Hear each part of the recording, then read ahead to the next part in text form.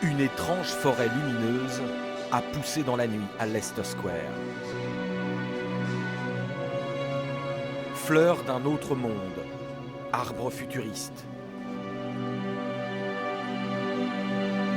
Même la vénérable icône de la capitale, l'abbaye de Westminster, a subi un coup de jeune décapant.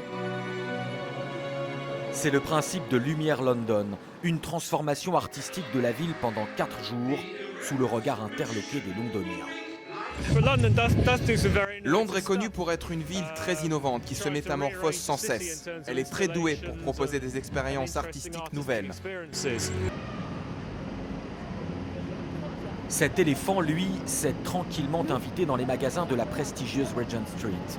L'œuvre d'une artiste française élevée dans une réserve africaine, mais originaire de Lyon, célèbre pour sa fête des Lumières. L'idée, c'est vraiment d'avoir, comme si on avait un clin d'œil, un vrai éléphant qui se balade en ville, et d'avoir cette confrontation avec le public. Et quand les gens s'arrêtent là et que je vois leur sourire et qu'il se passe quelque chose de vrai, où on le sent, voilà, se waouh, c'est génial, tout ça, c'est... Et bien, je me dis, voilà, c'est gagné. La gare de King's Cross s'anime pour réveiller les voyageurs. Une vitamine artistique bienvenue car, des études scientifiques britanniques l'ont même prouvé, cette semaine de mi-janvier est officiellement la plus déprimante de l'année.